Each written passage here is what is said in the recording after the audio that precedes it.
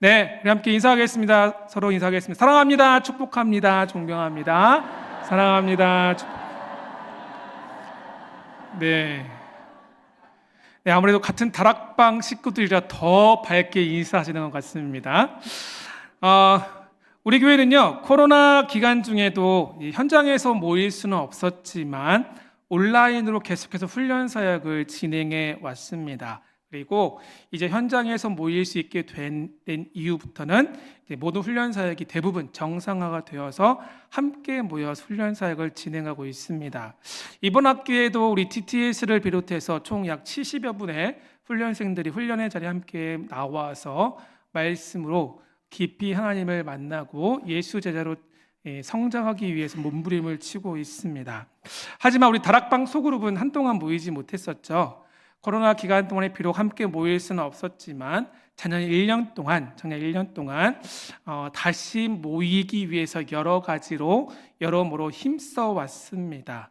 특별히 작년 5월에는 우리가 다락방 위크라고 해서 주일에 오후 시간에 함께 모일 수 있도록 시간도 마련해 드리고 재정도 지원해 드리면서 코로나 기간 동안에 함께 모일 수 없었던 우리 성도님들의 어떠한 그 귀한 기쁨과 만남의 사랑의 교제를 다시 할 수 있도록 우리가 함께 협력했었습니다.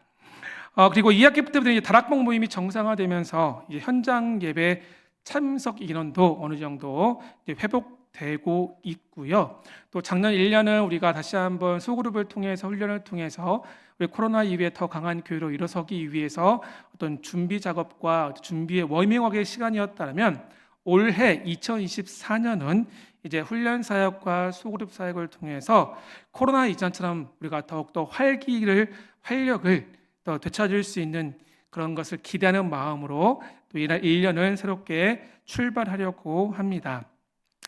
제가 우리 교회에서 이제 사역을 조금 했잖아요. 그러다 보니까 우리 교회 사역을 섬기면서 이제 드는 생각이 무엇이냐면 훈련 사역과 이 다락방 소그룹 사역은 우리 교회의 여러 사역 중에서 참 중요한 핵심 사역 중에 하나라는 생각이 듭니다. 물론 교회 안에서 실시하는 사역 가운데 중요하지 않은 사역이 어디 있겠습니까? 하지만 교회는 이제 하나님을 예배하는 공동체이기 때문에 사실 예배 자체는 어떤 사역이기라기보다 오히려 교회의 본질이라고 할 수 있습니다. 그리고 이 교회의 본질을 세워가고 유지하고 지켜가는데 필수적인 사역들이 있다면 바로 훈련과 소그룹이 아닌가 생각을 해봅니다. 특별히 우리 예수님께서도 복음서를 보게 되면요, 공생의 기간 동안에 이 사역에 집중하셨습니다. 그렇잖아요. 제자들을 부르시고 제자들과 함께 먹고 마시면서 그들에게 하나님의 말씀을 천국 복음을 가르치시고 전파하셨으며 그들을 예수의 제자로 세워 가셨습니다.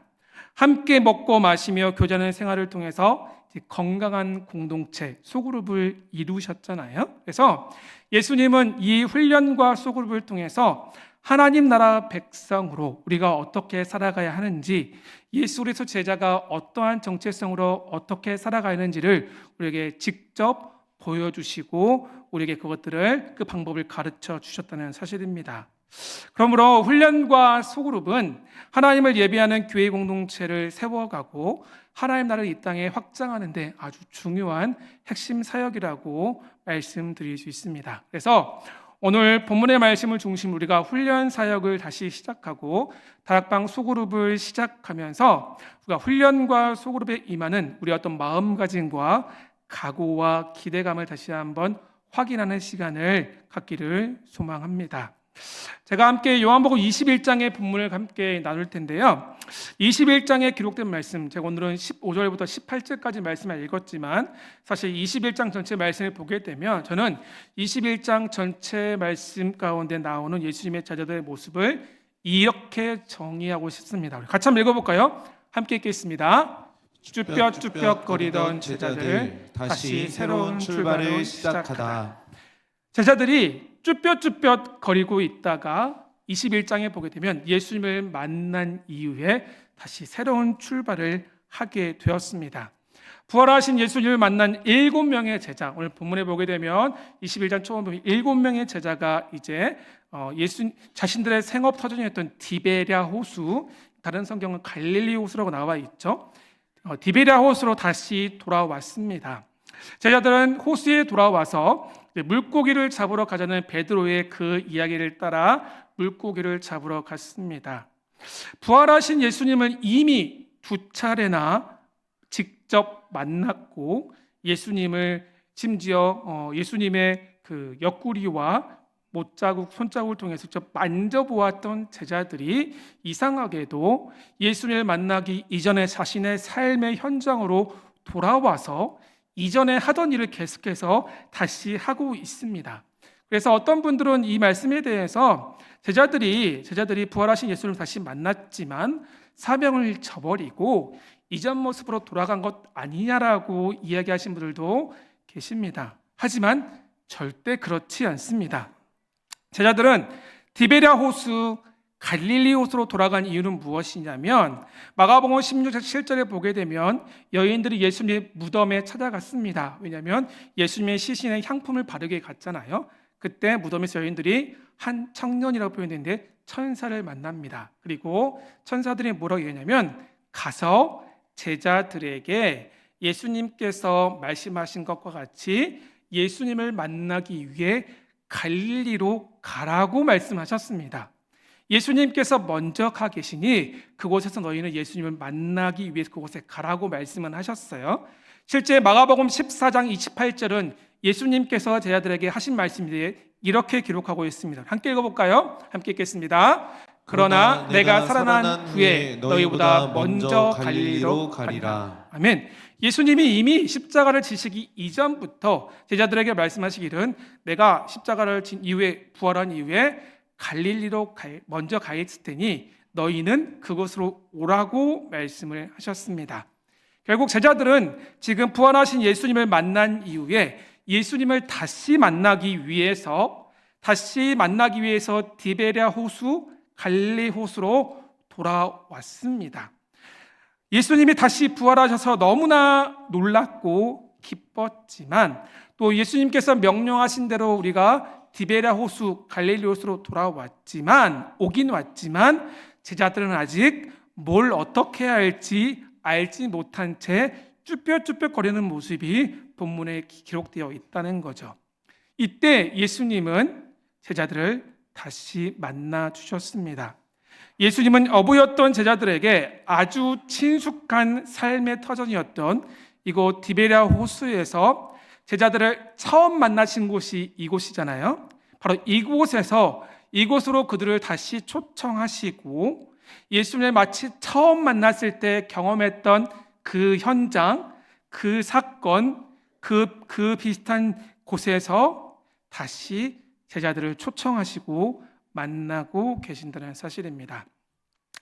베드로가 이야기한 대로 제자들은 물고기를 잡으러 갔지만 물고기를 제대로 잡을 수가 없었죠. 하지만 예수님의 말씀대로 그물을 던질 때 그물이 찢어질 정도로 많은 물고기를 잡았습니다. 마치 처음 예수님을 만날 때 그랬던 것처럼 누가복음 5장에 기록되어 있는 그 사건과 비슷한 사건을 다시 경험하게 되었습니다. 수고한 제자들을 향해 예수님은 아침 식사 자리로 초대하시면서 숯불위에 생선과 떡을 구워서 그들을 먹이시고 위로하시며 새로운 출발의 기회를 주셨다는 거죠. 제자들에게 따뜻한 조반을 대접해 주시면서 예수님은 오늘 본문입니다. 오늘 본문에 보게 되면 특별히 3번이나 예수님을 모른다고 부인했던, 예수님을 저주했던 베드로에게 개인적으로 따뜻하게 다가가셔서 실패하고 상하고 깨진 그의 마음을 다시 회복시켜 주셨습니다. 이것이 바로 오늘 본문에 기록되어 있는 말씀입니다. 하나님은 지금 아주 익숙하고 친숙한 이 자리에 우리를 다시 또한 불러주셨습니다. 하나님 우리를 이곳에 불러 모으신 이유가 무엇입니까? 실패하고 좌절하고 넘어졌던 제자들을 다시 디베랴 호수로 부르신 이유와 목적과 크게 다르지 않다는 거죠. 예수님의 제자들이 예수님을 버리고 도망갔듯이 우리도 수없이 예수님을 부인하고 예수님을 외면할 때가 많습니다. 이렇게 함께 모여서 기쁨을 하나님을 예배하고 뜨겁게 찬양하고 내 평생 주님만을 섬기겠노라 우리는 다짐합니다.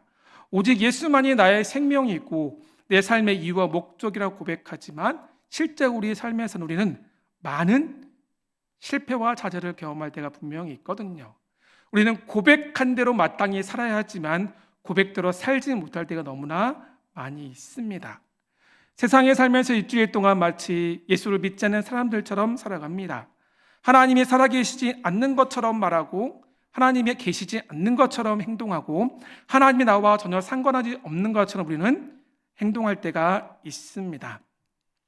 지금 당장 내 눈앞에 보이는 내 유익 때문에 예수님을 외면합니다. 육신의 평안함 때문에 예수님의 부르심을 거부합니다.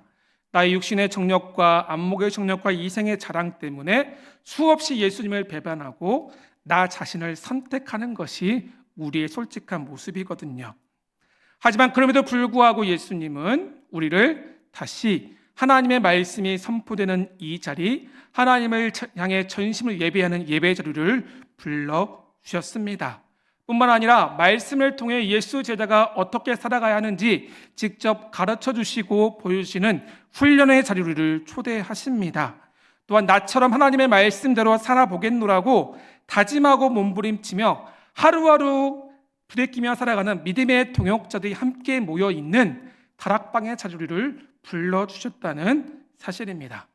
다시 말해서 하나님이 우리를 훈련의 자리, 다락방의 자리로 불러주신 이유는 무엇이냐? 바로 우리에게 이것을 주시기 위해서입니다. 무엇이요? 새 출발을 위한 다시의 은혜를 주시기 위해서 우리를 초청하고 계시는 사실을 믿으시기를 바랍니다. 성경을 보면요, 항상 하나님 우리에게 새로운 출발의 기회를 주십니다. 우리는 다시의 은혜라고 표현하고 싶습니다. 요나는 하나님의 명령, 니느웨로 가는 하나님의 명령을 거부하고 정반대인 다시스로 갔습니다. 하나님의 말씀에 정면으로 불순종했던 불순종의 아이콘이었죠. 그 결과 어떻게 됐습니까? 정말 죽을 고비를 넘기며 물고기 뱃속에 들어갔다가 하나님은 다시 요나에게 새 출발의 기회를 주시고 요나는 그 사명을 기쁨으로 감당할 수 있었습니다. 오늘 본문에 나와 있는 베드로도 사실 마찬가지죠. 주님은 제자들과 베드로에게 연약하고 실패한 삶을 다 떨쳐버리고 다 잊어버리고 다시 시작할 수 있는 은혜를 지금 본문에서 부어주고 계신다는 사실입니다. 우리가 아는 것과 같이 베드로와 가룟 유다는 둘 다 예수님을 부인하고 배반했지만 이 둘의 분명한 차이는 무엇입니까? 가룟 유다는 끝까지 예수님을 배반하고 버렸지만 베드로는 갈릴리로 가서 나를 만나라는 예수님의 말씀에 순종해서 갈릴리까지 나아갔고 그곳에서 자신을 새롭게 하시는 예수님의 그 은혜를 받아 누려 다시 새로운 출발의 은혜를 통해서 하나님 나라 복음의 일꾼으로 새롭게 세워지고 쓰임받았다는 사실입니다. 그래서 그렇다면 사랑하는 성도 여러분, 여러분을 훈련의 자리, 다락방 모임의 자리를 부르시는 우리 주님의 부르심에 믿음으로 아멘으로 순종할 수 있기를 주의 이름으로 축원합니다. 아멘이십니까? 하나님은 훈련의 자리, 다락방의 모임의 자리를 통해서 돌처럼 딱딱하게 굳어버린 우리의 마음을 다시 부드러운 마음과 살코기 같은 마음으로 바꿔 주시길 원하십니다. 항상 삶의 문제로 실패하고 넘어지는 우리의 연약한 모습이 있지만 우리는 훈련의 자리에 다락방 모임의 자리를 통해서 우리에게 새로운 출발을 다시 한번 허락하시고 새로운 출발의 기회와 다시 은혜를 주시는 그 자리를 부르고 계신다는 사실입니다. 그렇다면 우리 가운데 이 다시의 은혜를 풍성하게 누린 샘플이 있습니다. 제가 그분을 오늘 소개하려고 합니다. 그리고 그분께서 누렸던 다시의 은혜를 함께 간증을 통해서 함께 나누고자 합니다. 우리 이영수 집사님 앞에 나오셔서 우리 이 은혜를 함께 나누도록 하겠습니다.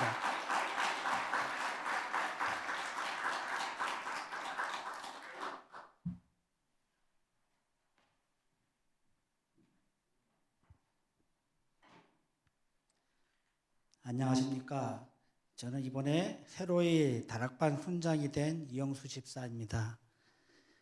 김준 목사님이 전화를 하셔서 오늘 다락방 개강 예배 때 교회 등록 후 훈련을 통해서 받은 영적 성장과 누렸던 유익에 대해서, 또한 훈련을 받으면서 대장암 투병도 함께 하였는데 투병과 훈련을 통하여 하나님이 주셨던 은혜에 대하여, 그리고 다락방 훈장으로 세움을 받았는데 마음의 각오와 기대하는 바를 간증하라고 하셔서 이 자리에 서게 되었습니다.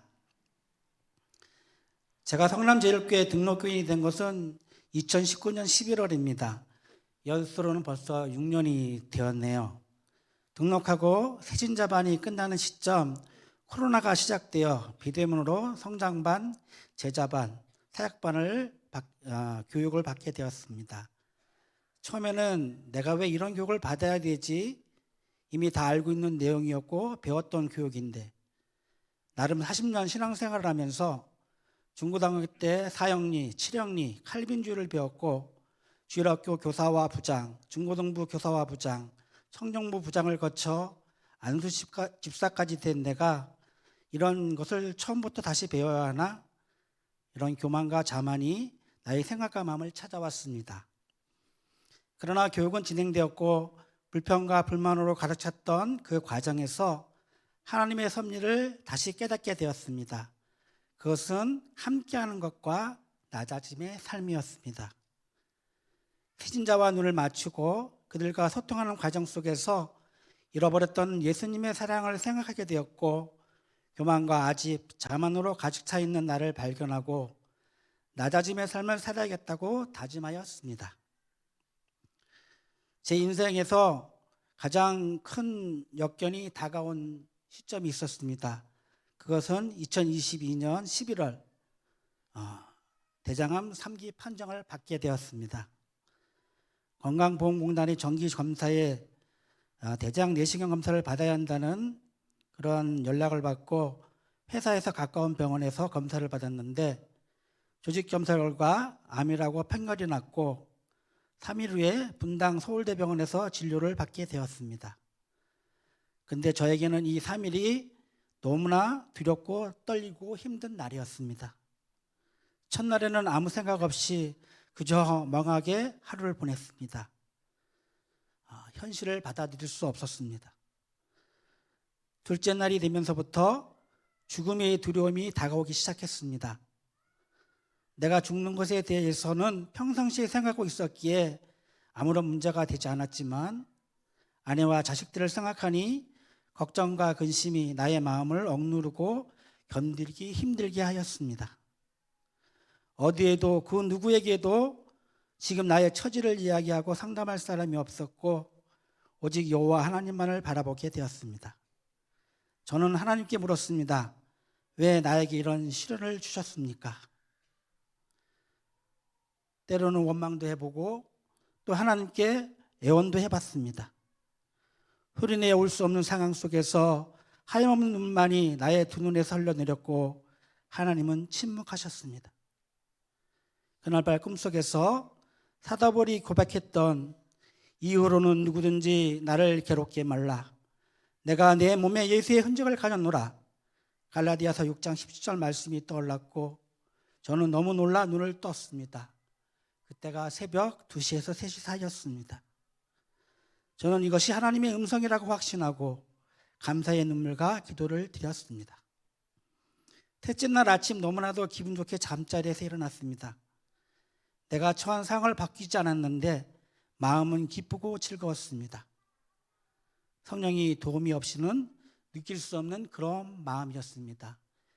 여러분도 아마 인생을 살면서 한 번쯤은 느껴보셨을 것입니다. 분당 서울대병원에서 치료를 통해 최종 결정이 대장암 3기 판정을 받았습니다. 그러나 저는 두렵거나 떨리지 않았습니다. 왜냐하면 최종 판정 전날 기도하는 중에 두려워 말라 내가 너와 함께함이라 놀라지 말라 나는 네 하나님이 됨이라 내가 너를 굳세게 하리라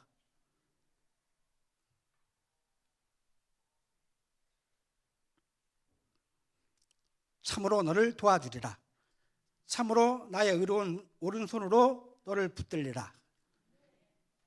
이사야 41장 10절 말씀을 주셨기 때문입니다. 그리고 수술 전날에도 지금은 정확히 구절이 생각 안 나는데 시편인 것 같습니다. 내가 사망의 음침한 골짜기를 다닐지라도 해를 두려워하는 것은 주께서 나와 함께 하심이라 라는 음성을 들었습니다. 하나님의 인도하심은 정말 놀라웠습니다. 예약하기 힘들 뿐 아니라 수술 날짜도 길게 걸리는 분당 서울대병원에서 이처럼 빠르게 일사천리로 진료나 수술이 진행된 것은 뒷배경이 없이는 힘든 것인데 저는 그것을 경험하게 되었습니다. 하나님의 놀라운 백을 저는 갖고 있었습니다. 그뿐 아니라 수술도 가장 쉬운 곳에 암이 있었고 수술 후 회복 속도도 담당 의사가 놀랄 정도로 빠르게 진행되어 다른 사람보다 3일 정도 일찍 퇴원하게 되었습니다. 다시 한번 이 자리를 들어 하나님께 감사드립니다. 퇴원 후 8차례 항암 치료를 받는 과정에서 제2DTS 훈련을 받게 되었습니다. 담임 목사님과 많은 분들이 걱정과 염려를 하셨고 기도해 주셔서 무사히 교육을 수료할 수 있었습니다. 그렇다고 쉬운 것만은 아니었습니다. 항암 치료로 저의 몸은 급속도로 약해졌습니다. 몸무게가 20kg 이상 감소했고 차갑거나 조금이라도 매운 음식은 먹을 수 없었습니다. 그때 처음 알게 된 것이 있었는데 그것은 우리나라 음식점에서 판매하는 모든 음식 중 99%가 맵다는 사실이었습니다. 팔다리가 가늘어지고 근육이 없는 몸으로 어떻게 교육관 5층까지 오르락거리며 교육을 받았는지 지금 생각해보면 기적 같은 일이었습니다. 그러나 육신의 고통이 많을수록 하나님께 더 가까이 나아가는 저의 모습을 보며 즐겁고 행복했습니다.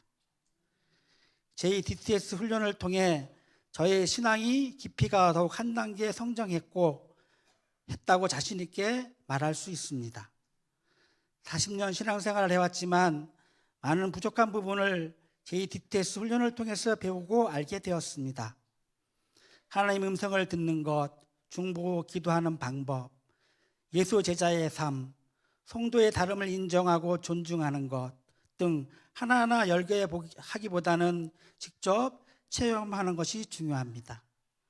주중에서도 제2DTS 훈련의 꽃이라고 할 수 있는 일주일 신앙체험을 꼭 해봐야 한다고 권유하고 싶습니다. 이스라엘 민족의 40년 강화 생활과 우리의 삶의 일생을 압축시킨 과정을 통해 하나님이 주시는 깨달음이 많은 시간이 될 것입니다. 저는 지금 말초 신경병증을 앓고 있습니다. 항암제에 포함된 세포독이 손끝, 발끝 등의 말초 신경에도 염증을 일으켜 나타내는 손발 저림 현상입니다. 암 치료를 받는 대다수의 사람들이 겪고 있는 항암 후유증입니다. 특히 저같이 대장암을 받은 사람은 거의 한 45% 이상이 이런 증상을 앓고 있다고 합니다. 그러나 이 또한 하나님의 섭리가 그 속에 있다고 생각하며 지금 잘 견디고 있습니다. 끝으로 이번 다락방 순장으로 세움을 받았는데 사실은 많이 두렵고 떨립니다. 제가 성남교회 오래 다닌 것도 아니고 다락방 성도님들을 잘 아는 것도 아니고 다락방을 경험해 본 것도 1년밖에 되지 않습니다. 어떻게 하면은 협력해서 다 함께 모여 교제할지 막막한 것이 사실이지만 순종하는 마음으로 그것을 허락하게 되었습니다. 이 자리를 빌어서 저희 다락방에 속한 형제자매들에게 주의 이름으로 모이기 힘드시기를 부탁드립니다. 두서없는 저에게 끝까지 들으셔서 감사합니다. 자, 우리 집사님 잠깐 앞으로 모셔서 몇 가지 가족과 함께 인터뷰하도록 하겠습니다. 잠깐 올라와 주실까요? 올라오세요. 네, 이쪽으로 앉으시고. 네. 사실 이 집사님은요 저랑 제자반을 해서 제가 상황을 조금 잘 알고 있는데요. 그래서 사실 제자반 마친 이후에 계속해서 훈련을 받게 너무나 감사했었고요. 또 훈련을 받으신 이후 이렇게 건강한 모습 다시 한번 이 순장으로 섬기기 너무나 감사한 마음이 있습니다. 우리 집사님이 우리 성남제일교회 아까 말씀하신 것처럼 등록하신 지 6년이 이제 되셨잖아요. 횟수로 6년입니다. 네, 그런데 성남의 교회가 얼마나 많습니까? 그런데 특별히 우리 성남제일교회를 꼭 집어서 선택하게 된 이유가 있으실까요? 제가 성남교회 인연은 중학교 때 1학년 때였습니다. 그때는 성도 중학교라고 있었는데 미션 스쿨이었는데 그때 성남제일교회가 거기 원래가 하셨거든요. 그래서 성경 과목 중에 성경 과목이라는 게 있었어요. 그래서 의무적으로 예배를 드려야 점수를 줬어요. 그래서 그때 처음으로 이 교회를 나오게 되었고요.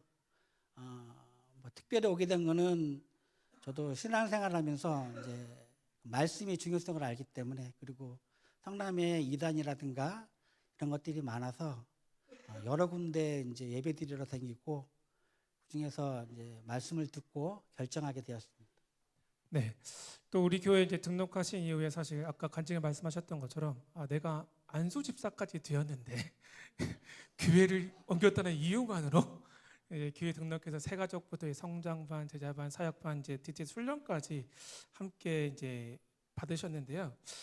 훈련을 통해서 우리 교회는 훈련하는 교회니까 훈련을 통해서 얻었던 유익이 있다면 딱 두 가지만 함께 나눠주실 수 있을까요? 일단은 낮아짐에 대해서 배운 것 같아요. 같이 말씀드렸듯이 훈련을 통해서 나의 부족한 점, 뭐 많이 안다고 스스로 자부했지만은 그렇지 못한 점이 더 많은 것을 알게 되었다는 것과, 그다음에 훈련을 통해서 더욱 더 성장할 수 있는, 그러니까 주님과 가까이 가는 그런 기회가 되었고 나태하지 않은 그런 삶을 살게 되었다는 것입니다. 왜냐면 제가 제자반을 같이 했기 때문에 잘 압니다. 정말 성실하게 겸손한 모습으로 훈련에 임하셨던 거 제가 기억합니다. 이제 특별히 이제 훈련 중에 이제 대장암 진단을 받았고 또 투병하시면서 이제 끝까지 훈련의 자리를 지키셨잖아요. 저도 사실 이제 훈련 아웃리치를 진행하면서 그때 투병 중이셨기 때문에 많이 우리 힘드셨던 거를 제가 기억하는데, 어떻게 이 투병하면서도 특별히 항암이라는 이 큰 이 투병 과정 가운데서도 훈련의 자리를 지킬 수 있었는지 그 어떤 원인을 좀 알고 싶습니다. 지금 생각해 보면은 제 힘으로 한 것 같지는 않고요. 어쨌든 간에 제 육시적으로서는 하기 힘든 그러한 상황 속이었는데, 가만히 생각해 보면은 중보의 기도의 덕이 아니었나 생각이 듭니다. 우리 목사님과 많은 목사님들, 그리고 성도님들, 또 저 친구 목사님과 다른 교회 한 7명 되시는 목사님들이 저를 위해서 그렇게 많이 기도해 주셨다 그러더라고요. 지금 생각해 보면은 중보 기도의 힘이 아닌가 생각이 듭니다. 아시다시피 우리 교회에서 좀 수많은 아웃리치의 어떤 중요한 일들이 있었잖아요. 근데 사실 우리 이영수 집사님처럼 항암하시면서 하셨던 분들은 사실 계시지 않거든요. 아마 이 이후에 우리 아웃리치에 동참하시는 훈련생들이 상당히 부담이 될 듯합니다. 네, 목숨 걸고 가셨는데 다른 분들 어떤 이유가 핑계거리 있겠습니까? 그리고 이제 중요한 것은 뭐냐면 이제 훈련 받으신 이후에 이제 우리 교회 이제 각 이 공동체를 섬기는 다락방을 섬기는 이제 순장으로 섬기게 되셨는데요. 사실 제가 전화를 드릴 때 되게 조심스러웠습니다. 왜냐하면 아프신 거 뻔히 아는데, 그리고 회복 중이긴 하지만 그래도 순장의 그 역할이 되게 부담스러운 자리인데, 그래도 제가 섬겨달라 요청을 받았을 때 첫 마음이 어떠했는지, 그리고 섬겨달라는 이 요청에 순종하게 된 이유가 있다면 그게 무엇인지 이게 좀 궁금합니다. 사실은 맡고 싶지 않았습니다. 아침에도 말씀드렸듯이 뭐 전역에 있던 교회에서 그런 건 했긴 했었는데, 그래도 그 주의를 같은 사람에서 보다는 리더자 입장이라는 게 참 쉽지 않은 걸 알고 있거든요. 그래서 리더자가 어떻게 하냐에 따라서 그 팀이 달라지기 때문에 혹시 제가 잘못해서 혹시 우리 다락방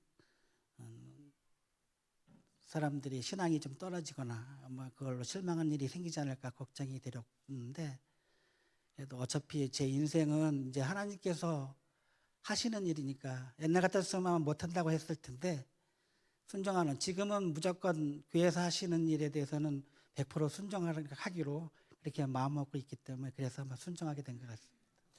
네, 우리 집사 말씀하신 게 일종의 영적 부담감이죠, 그렇죠? 영적 부담감으로 인해 거절하고 싶었지만, 네, 믿음으로 순종해 주셔서 하나님께 더 기뻐하실 줄 믿습니다. 네. 그리고 이제 마지막으로 이제 훈련을 마치고 이제 첫 걸음을 다시 한번 새로운 출발을 섬김의 자리에 오시게 됐는데요.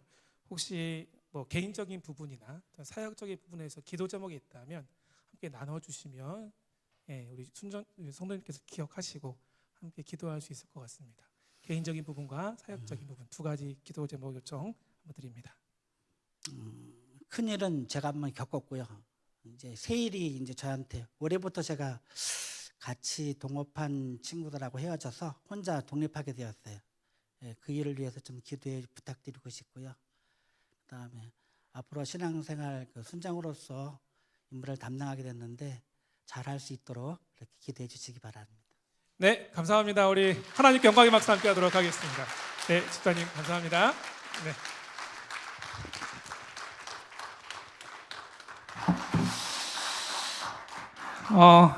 사실 이제 저도 우리 교회에서 이제 소그룹 사역을 섬기면서 이제 교구를 섬기면서 이제 많은 우리 순장님들을 같이 뵙고 또 많은 성도님들을 함께 섬기고 있는 입장이긴 한데요.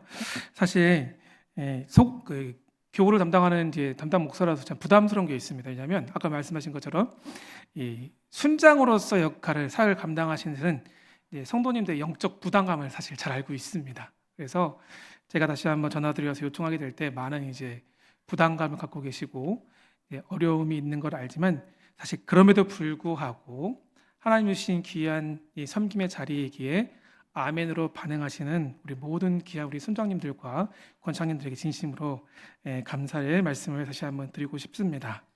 이렇게 앞서 말씀드린 것 우리를 다시 한번 새롭게 하시는 하나님의 은혜가 늘 우리 가까이에 있습니다. 그리고 우리는 지금 이 시간에도 그것을 누리고 우리에게 부어주길 원하시는 하나님의 부르심 앞에 또 우리 가까이에 있는 우리 대표적인 샘플인 이영수 집사님의 삶을 통해서 우리는 그것을 확인했습니다. 그렇다면 우리가 이러한 은혜, 우리의 삶을 다시 한번 새롭게 하시고 우리를 다시 새롭게 하시는 하나님의 은혜를 누리기 위해서 과연 어떻게 할 것인가, 구체적인 방법, 그 행동 지침 제가 두 가지를 짧게 오늘 본문을 통해서 함께 나누고 말씀을 마치려고 합니다. 먼저 우리가 이 다시의 은혜를 누리기 위해서는요, 먼저 이렇게 해야 합니다. 함께 읽어볼까요? 함께 있으라. 다시 한번 읽겠습니다. 어떻게 해요? 함께 있으라. 하나님이 여러분과 함께 신앙 공동체 안에 묶어주신 믿음의 동역자들과 늘 함께 하시기를 바랍니다. 오늘 본문에 보니까요, 예수님께서 제자들을 다시 만나시고 그들에게 다시 은혜를 부어주실 때 베드로 혼자 있었습니까? 아닙니다. 마치 7명의 제자가 함께 예수님의 부르심 앞에 믿음으로 반응했고 그곳에서 예수님을 다시 만났고 다시 은혜를 깊이 누릴 수 있었다는 사실입니다. 마찬가지로 하나님은 결코 우리를 혼자 두시지 않으십니다. 하나님 우리를 교회의 공동체 안으로 부르셨다는 사실입니다. 왜냐하면 신앙생활은 혼자 하는 게 아니니까요. 하나님 우리에게 보내주신 믿음의 동역자들과 우리는 함께 이 믿음의 길을 걸어갑니다. 성경은 분명 말씀하죠. 한 사람이면 패하겠지만 두 사람이면 맞설 수 있고 어떻게 세 겹줄은 쉽게 끊어지지 않는다라고 우리에게 약속하셨습니다. 또 형제가 연합하여 동거하는 것이 너무나 선하고 아름답다라고 말씀하셨습니다. 또 우리 안에 성령께서 거하시기는 하나님이 거하실 처소가 되기 위해서 우리는 예수 그리스도 안에서 어떻게 함께 지어져 간다라고 약속하셨다는 사실입니다. 그렇다면 사랑하는 성도 여러분, 훈련의 자리, 다락방의 자리, 이 모임의 자리를 우리를 초청하시는 그 하나님의 부르심과 믿음으로 반응하시고 우리와 함께하는 믿음의 동역자들과 그 자리를 지키고 말씀으로 교제하고 함께 사랑으로 섬기는 귀한 교회 공동체가 될 수 있기를 주의 이름으로 축원합니다. 그럴 때 하나님은 우리를 통해서, 나를 통해서 옆에 있는 지체를에게 다시의 은혜를 부어주시고, 또한 옆에 있는 지체를 통해서 내게 다시의 은혜를 부어주실 줄 믿으시기를 바랍니다. 두 번째로 우리가 다시의 은혜를 누리기 위한 비결은 바로 이것입니다. 같이 한번 읽어볼까요? 함께 읽겠습니다. 예수님을 사랑하라. 본문에서 이제 보게 되면 예수님은 이제 제자들을 7명을 한꺼번에 만나 주신 이후에 베드로에게 개인적으로 다가오셔서 3번이나 물으셨습니다. 뭐라고 물으셨습니까? 내가 나를 사랑하느냐? 예수님은 3번이나 베드로에게 이렇게 질문하셨습니다. 베드로야, 내가 나를 사랑하니? 라고 3번이나 물으셨습니다. 이 3번의 질문에 베드로는 15절과 16절과 17절에 이제 내가 주님을 사랑하는 것을 주께서 아십니다. 이렇게 대답하기도 했고요. 주님이 모든 것을 아시오매 내가 주님을 사랑하는 줄 주께서 아십니다라고 대답했습니다. 이게 원문에 보게 되면 예수님께서 물었던 질문에서 뭐 사랑이라는 표현이 뭐 필레오냐 아가페냐 이런저런 이 해석도 있긴 하지만 중요한 것은 무엇이냐면 내가 나를 사랑하느냐는 그 예수님의 3번의 질문에 베드로는 뭐라고 했냐면 매번 주님을 사랑한다라고 긍정적으로 믿음으로 반응하고 있다는 사실입니다. 그리고 그렇게 반응하는 베드로에게 예수님은 내 양을 먹이라고, 내 양을 치라고, 내 양을 먹이라고 말씀하셨다는 사실입니다. 사랑하는 여러분, 제자는 예수님을 따르는 사람입니다. 그렇다면 예수님은 제자들에게 참 목자이신 우리 예수님처럼 우리가 서 있는 그 삶의 현장에서 맡겨주신 영혼들을 잘 섬기라고 분명히 말씀하셨습니다. 그리고 그 사역의 현장에서 영혼을 대하고 그것을 감당하는 데 있어서 가장 중요한 것이 있다면 우리의 지혜와 능력과 의지와 힘이 아닙니다. 단 한 가지, 바로 예수님을 사랑하는 마음이라는 사실을 기억하시기를 바랍니다. 예수님은 제자들과 베드로에게 다시의 이 은혜를 주시면서 이 예수님을 향한 그 사랑의 마음을 다시 확인시켜 주셨습니다. 그러므로 사랑하는 성도 여러분, 예수님을 사랑하십니까? 아멘이십니까? 그렇다면 그 사랑으로 사역의 현장에서, 섬김의 현장에서, 훈련의 자리에서, 다락방의 자리에 함께 하시기를 소망합니다. 우리의 그 섬김과 수고와 모든 헌신은 예수님의 사랑에서 시작해서 예수님의 사랑으로 마무리가 됩니다. 바로 우리 안에 연약함이 있고 실수가 있고 실패가 있고 좌절이 할지라도 우리를 끝까지 포기하지 않으시고 다시 십자가 앞으로 불러주시는 그 예수님의 사랑을 기억하시기를 소망합니다. 비록 우리가 하루하루 살아가면서 목사님이 오늘 오전에 말씀하신 것처럼 우리의 삶이, 인생이, 우리의 속사람이 헝클어지고 엉켜버린 실타래와 같아 할지라도 예수님을 사랑하는 그 마음만 있다면 예수님 우리를 다시 한번 새롭게 회복시켜 주실 줄 믿으시기를 바랍니다. 말씀을 마무리하겠습니다. 하나님은 우리를 다시 한번 훈련의 자리, 다락방의 자리로 초청해 주셨습니다. 하나님 우리를 부르신 그 자리에서 우리를 다시 만나주시고 우리를 새롭게 하시는 다시의 은혜를 풍성하게 누릴 수 있기를 소망합니다. 이 다시의 은혜를 가득 받고 누리기 위해서 우리와 함께한 믿음의 동역자들을 귀하게 여기시기를 바랍니다. 옆에 앉아 계신 분 한번 쳐다보실까요? 이분들이 바로 우리의 믿음의 동역자들인 줄 믿으시기를 바랍니다. 그리고 이분들과 함께 주님 사랑하는 마음으로 한 마음이 되어서 우리 성남제일교회가 특별히 2024년 봄학기 다락방과 훈련 사역을 통해서 하나님의 큰 일과 세를 깊이 경험하는 귀한 일가 있기를 주의 이름으로 축원합니다. 우리 함께 우리 이 찬양할까요? 주 안에 우리